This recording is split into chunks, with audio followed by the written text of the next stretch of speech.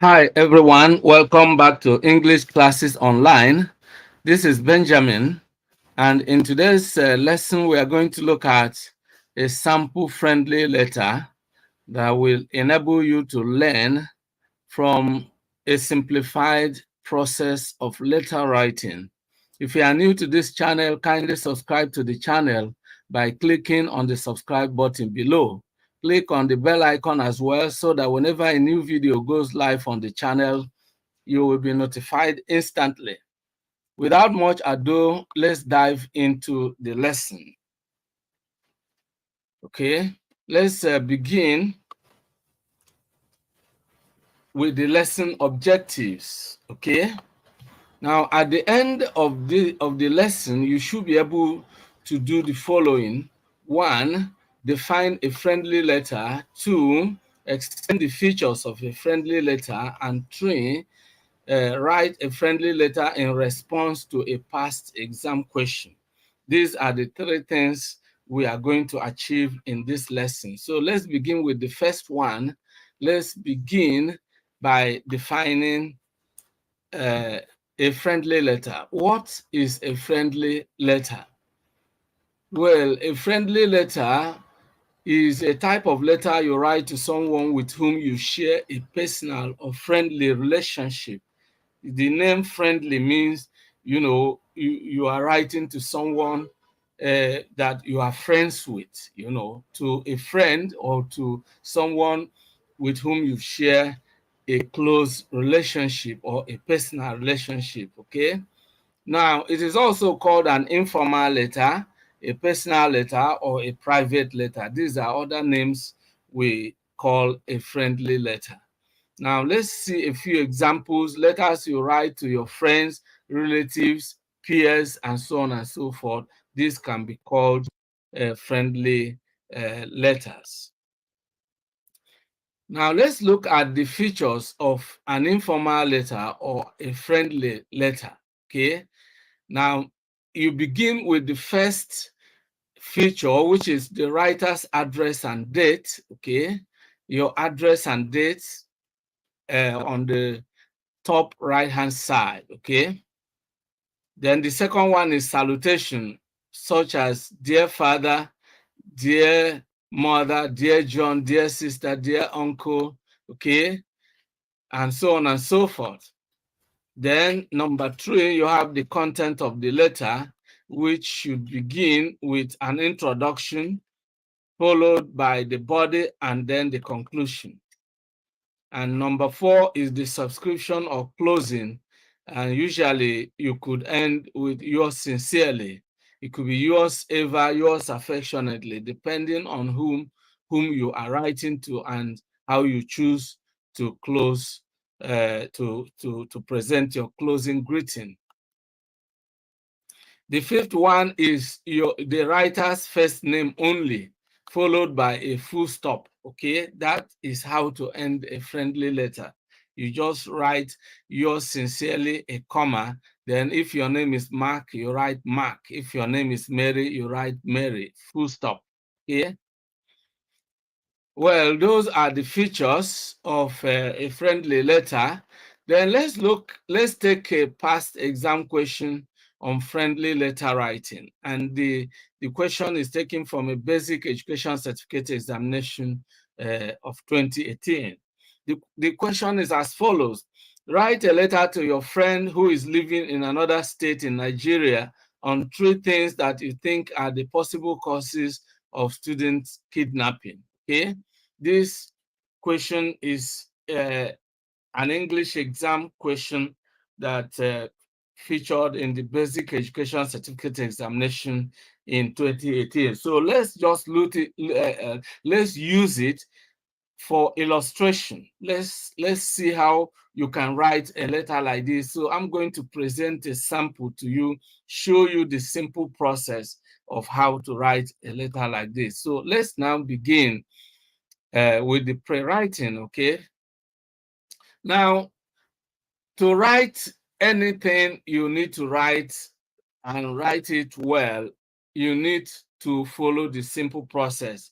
And there are 3 simple steps: pre-writing, writing, and rewriting. Rewriting includes all the preparation that goes into the writing, because if you do not plan something, obviously you are planning to fail. So pre-writing has to do with examining the question first of all. Write a letter to your friend who is living in another state in Nigeria on 3 things that you think are the possible causes of student kidnapping. Okay, then you need to actually uh, figure out what you are required to write. So you need to think about it. What you are asked to write a letter. So this you must figure out. You are not asked to write a story, an article, a speech, or any other thing. Okay, and you know that a letter needs to be organized according to its features. If you are writing an article, you don't need an address. If you are writing a story, you don't need an address. If you are writing a speech, you only need the title, okay, the headline, the heading. If you are writing an article, you begin with a headline. But if you are writing a letter, you begin with the address. So first, you should know you are writing a letter. Okay, that's the first thing. Then the second thing is to whom. To whom are you writing this letter? You are asked to write to your friend who is living in another state. And because the person is living in another state within the same country, that will also determine your address, okay? And so this is an informal letter. Of course, you figure out that the type of letter,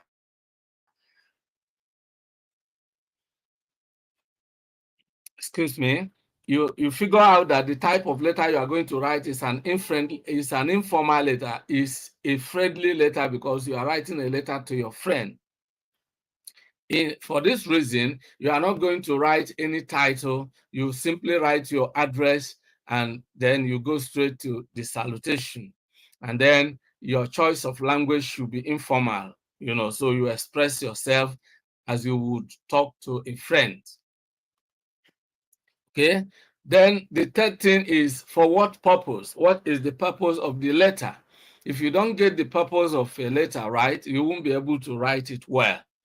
So in this letter, you are asked to write a letter on 3 things you think are possible causes of student kidnapping. So to get the content right, you need to draw an outline. An outline is a list of the key points that you are going to discuss, okay? Then number 4, how well, this has to do with your language use, your accurate use of mechanics or rules of written language. Mechanical accuracy will now come into play. Okay, so with all this, let's, without wasting much time, dive into the writing process itself. And we want to begin with the address. You can take note of the address. We begin by writing Ojo High School, Ojo, okay, Lagos State. So you can see. Now take note of the fact that the first item is followed by a comma, the second one a comma, and then when we come to the end of the address, we put a full stop. Okay, here we are using the block style. Okay, the block style. You may decide to use the indented style, which will move like this, okay? So then the next will be the date, 17th December 2021, okay, for example. Or you can say, you can put a date in 2022, we just choose a date, for this letter. Okay, so having written the address, the next thing will be the salutation. And if you are writing to Mike, who is your friend, you simply write, "Dear Mike." Now, take note of the fact that your salutation should begin from the left-hand margin. Some people will leave a space and they come here and write, "Dear Mike." It's really not proper, okay? It's not proper at all for you to leave a space as if you want to begin a new paragraph. No, your salutation should begin, at the margin. And having done that, the next thing will be your introductory paragraph. You can see how you can look at the sample, look at the way, the whole thing is actually structured. We began with the address, then the salutation, and this is, this is the introductory paragraph. When you begin to write a letter, in the first paragraph, you have some options. You may begin with greetings, just as we are doing here. How are you doing? Okay. Lately, I have been thinking a lot about the increasing incidence of student kidnapping in our country. You see, because that is exactly what you are going to discuss in the letter. You can begin your conversation from there, that you have been thinking about this situation. He is a friend, so you are free to discuss different issues with him.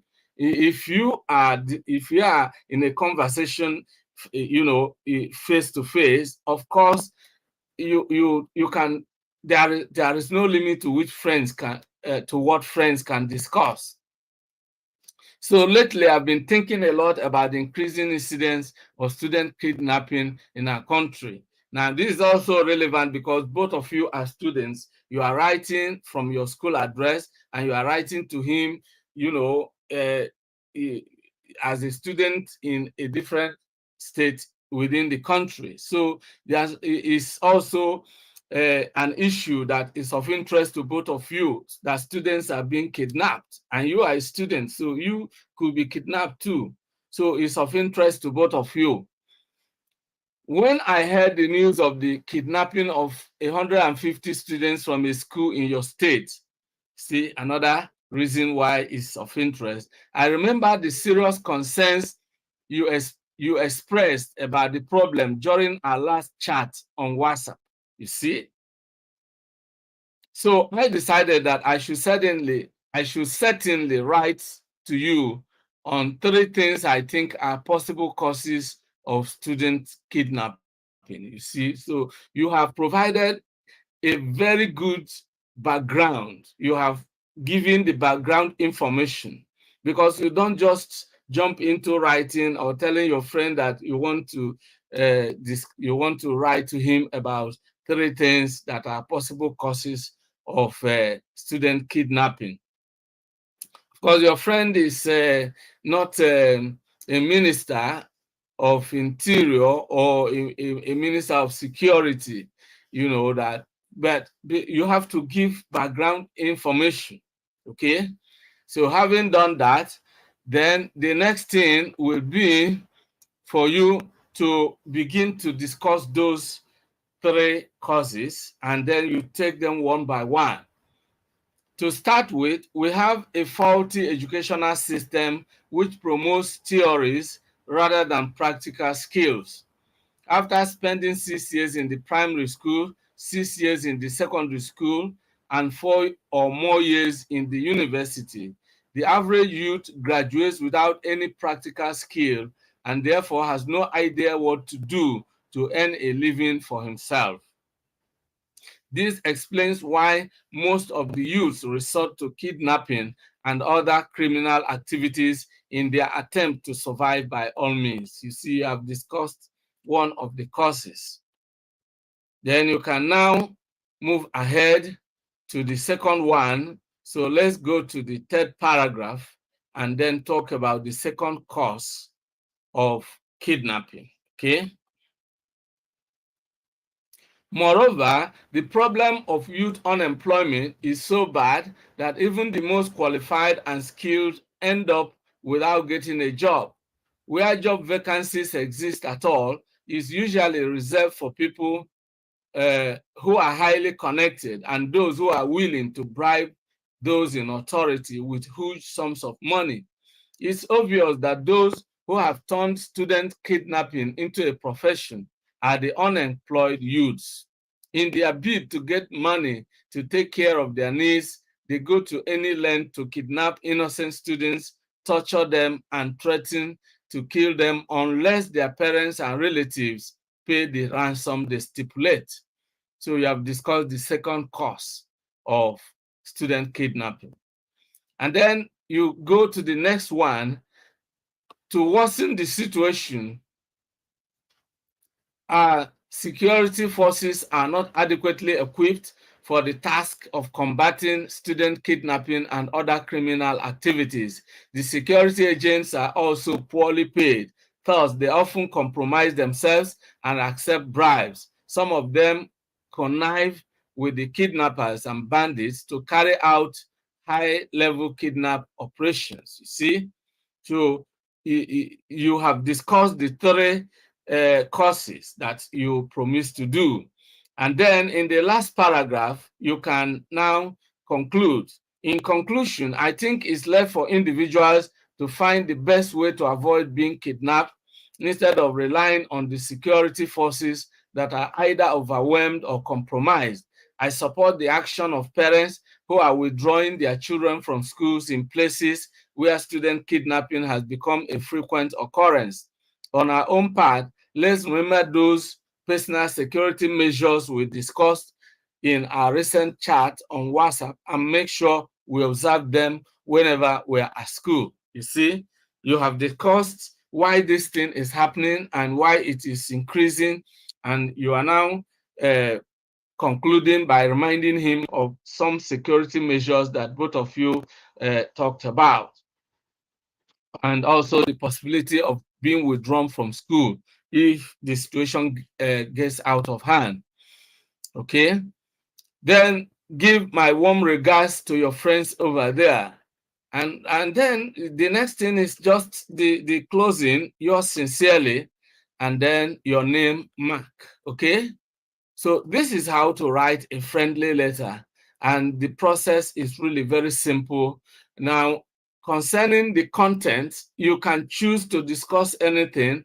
We have written this in response to a given exam question, and that is why you see that we are using we are discussing this as if it is really something of a formality. But if you are writing in an exam, your tone has to also be a bit serious. You have to use standard language because you are going to submit this script to someone who is going to go through it, and then your use of English also has to be examined. If you are writing a friendly letter on any other subject matter or for any other purpose, then that will determine your use of words and so on and so forth. But this actually is just a sample that you can follow, okay, whenever you want to write a friendly letter. So I hope you enjoyed today's video. If you did, make sure you like the video and share it with your friends and relations, okay?